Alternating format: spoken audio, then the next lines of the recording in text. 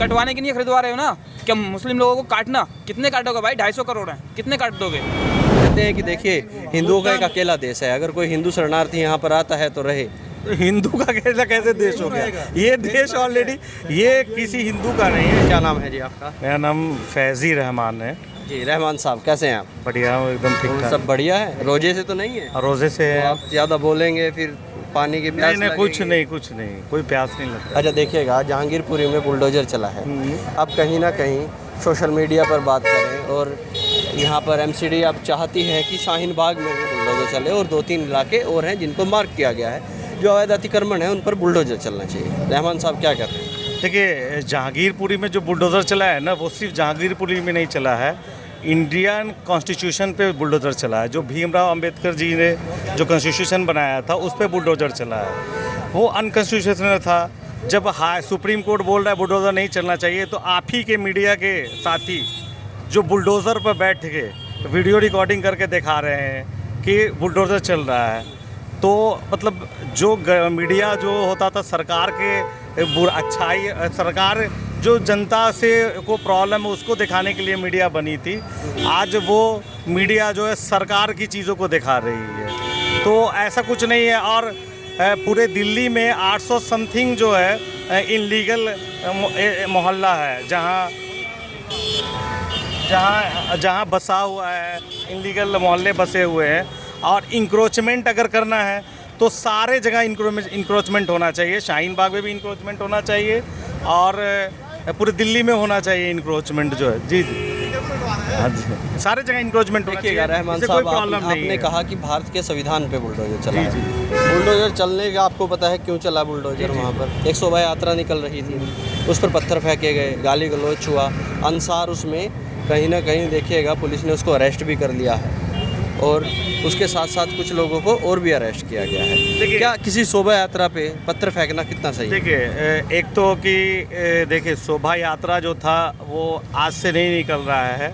जब से ये देश है हिंदुस्तान, इसमें चारों धर्म, पांचों धर्म या जितने धर्म के लोग हैं सब लोग रहते हैं, और शोभा यात्रा कंटिन्यू निकल रहा है। कभी ऐसा नहीं हुआ कि किसी यात्रा पे किसी ने पत्थर फेंका होगा या किसी को। उल्टा तो मुसलमान लोग खड़े होकर पानी शरबत पिलाते हैं कि यात्रा हमारे ऐसे निकल रहा है तो करे।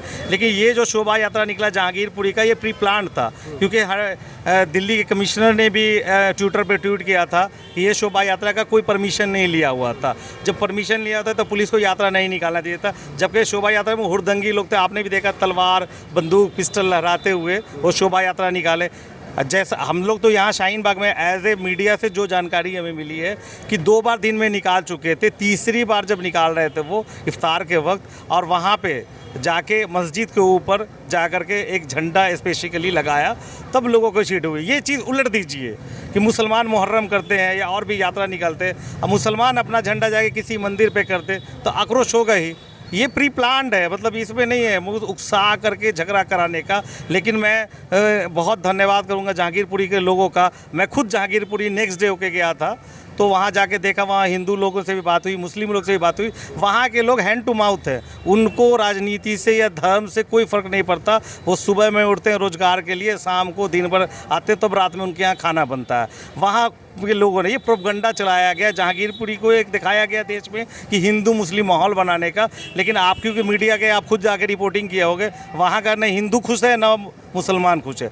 और कल होके जो वो बुलडोज़र चलाया गया वहाँ पे, तो वहाँ पर मिश्रा जी का भी घर टूटा है, झा जी का भी टूटा है, गुप्ता जी का भी टूटा है, 2-4 मुसलमान का टूटा नहीं है। इंक्रोचमेंट हटाया है, अतिक्रमण हटाया, घर सबका एज इट इज़ है। ये अतिक्रमण के हटने के बाद मैं देख रहा था, पूरा टीवी देखता हूँ मैं भी, है ना, ओवैसी पहुँच गए वहाँ पर।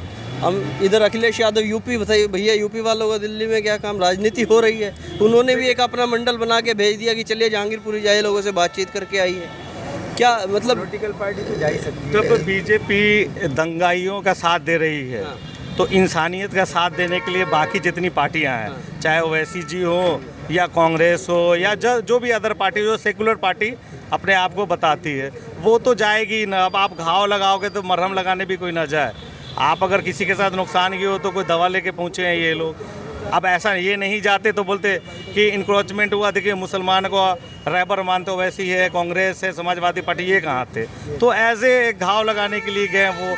और बाकी तो अब मैं जाके खुद देखा हूँ पर्सनली, वहाँ कोई इस तरह का नुकसान नहीं है। बस ये मीडिया ट्रायल था कि देश में जो आपस में भाईचारगी है। आज हम जहाँ शाहीन बाग में खड़े हैं, वहाँ आपसे एक अच्छा न्यूज़ मैं बता देता हूँ कि यहाँ कमल डेयरी है 30 साल से, वो एक गैर मुस्लिम का है। यहाँ जितने भी पान की दुकान हैं सब आपको इलाहाबाद या प्रतापगढ़ के लोग के हैं, अब वो सब ब्राह्मण राजपूत लोगों की हैं। आज उनका आप इंटरव्यू लीजिए, मुसलमानों से मत पूछिए।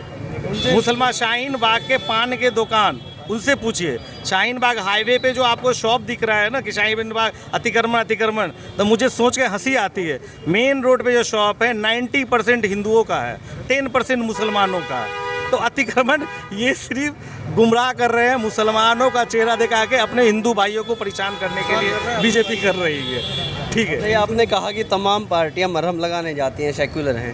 अभी मेरे को एक किस्सा याद आ गया, यूपी रिपोर्टिंग में करके आया था इलेक्शन में, तो वो लोग कहते थे कि अखिलेश यादव ने एक फरमान जारी कर दिया था होली पर। उस दिन जुमे की नमाज होनी थी कि 11 बजे तक ही होली मनाई जाए।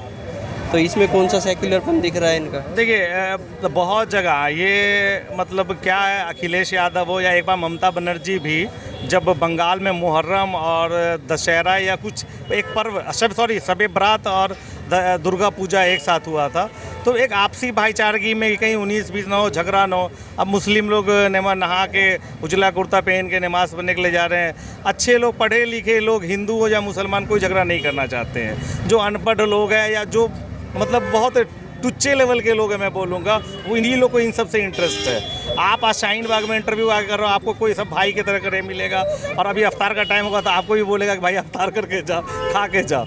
तो ये सब टुच्चे लोग हैं जो पेड है, वो अब पब्लिक को सब पता लग गया। अब चाहे नेशनल मीडिया हो, चाहे बीजेपी हो, चाहे जितना भी प्रोवोक कर ले, अब यहाँ के देश के लोग पहचान चुके हैं। क्योंकि जब 105 रुपये पेट्रोल हुआ है तो सिर्फ मुसलमानों के लिए नहीं हुआ है, वो हिंदू भाइयों के लिए भी हुआ है। सवाल और मैं आखिरी करना चाहूँगा आपसे, आपका भी इफ्तार का टाइम हो रहा होगा।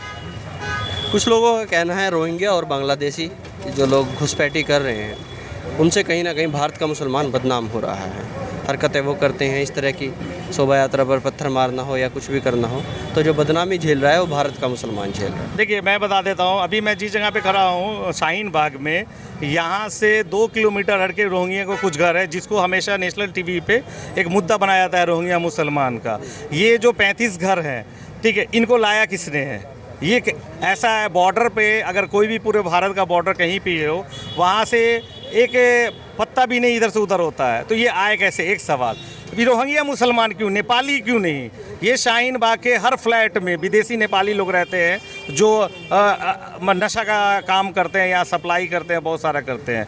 तो टारगेट मुसलमानों के हैं, नेपाली लोग को भी कीजिए। मैं तो कहता हूँ जो भी अवैध रह रहे हैं यहाँ, बांग्लादेश का हो, नेपाल का हो, चीन का हो, भूटान का हो, रोहिंग्या हो, सबको निकालिए आप। लेकिन रहमान साहब चाहते हैं जो भी अवैध तरीके से रह रहा है, घुसपैठिया है, देश से बाहर निकाला जाए, 100% रहना चाहिए, वेरीफाई किया जाए और वेरीफाई के। हाँ, गलत irrespective of any religion, caste and creed, ये देश हमसे और आपसे बना है, ठीक है? हमसे आपसे बाहर कोई लोग नहीं आना चाहिए। आपका क्या नाम है? मेरा नाम इरशादुल हक हुआ।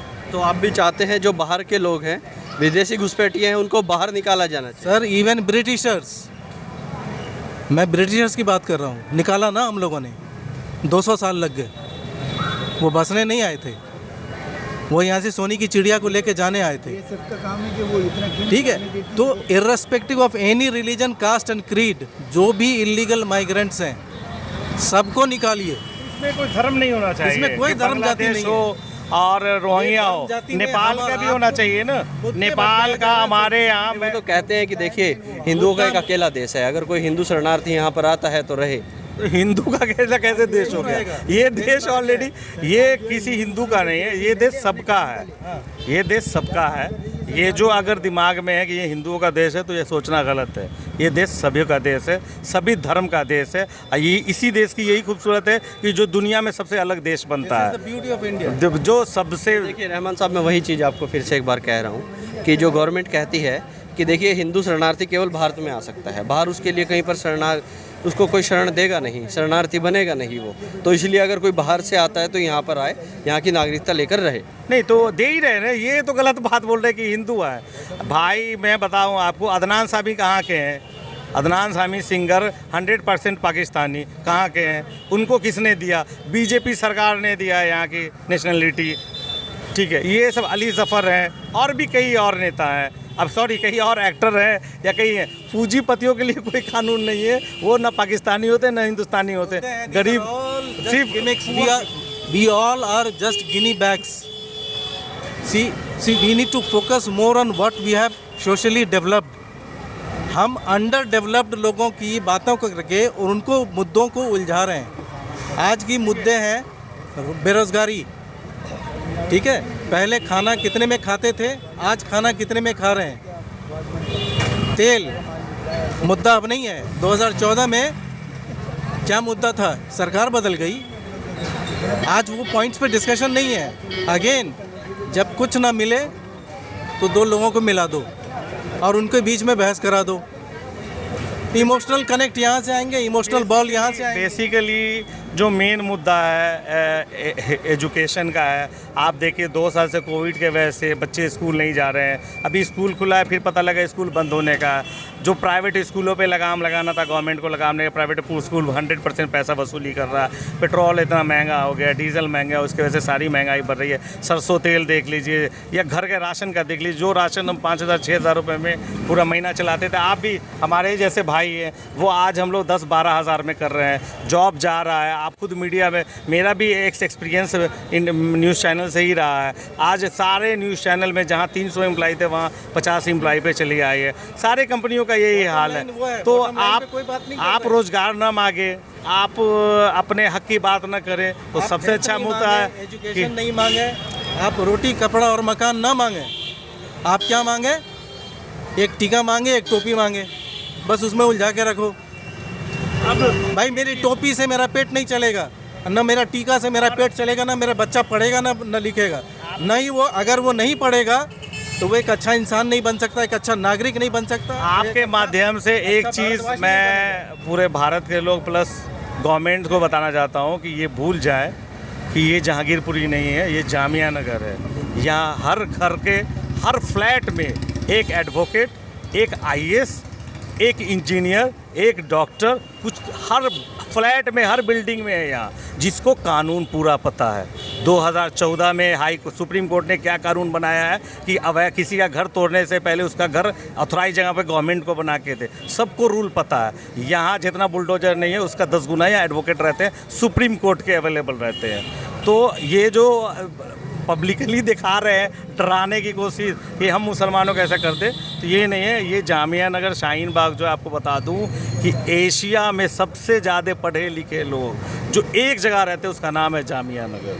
आप उस जगह पे बुलडोजर चलाने ला रहे हैं। मैं गारंटी देता हूँ उस अधिकारी को जो बुलडोजर लेके आएंगे, अगर बुलडोजर लेके आ गए और अवैध नहीं सही को एक भी घर तोड़ा, तो वो बंदा, मैं गारंटी बोल देता हूँ, लॉ के हिसाब से सुप्रीम कोर्ट से विदिन वीक में उसको जो है ना उस चेयर से हटा के नहीं मानेंगे हम लोग, शाहीन बाग हटा के मानेंगे उसको, उसकी नौकरी नहीं करने देंगे। लीगलाइज्ड, नॉन लीगलाइज नहीं, लीगलाइज्ड सुप्रीम कोर्ट से उसके खिलाफ लाएंगे। तो ये भूल जाए, जो सपना देख रहे हैं ना, हाँ इंक्रोचमेंट है उसको हटाएं, लेकिन इनलीगल नहीं करने देंगे हम शाहीन बाग में।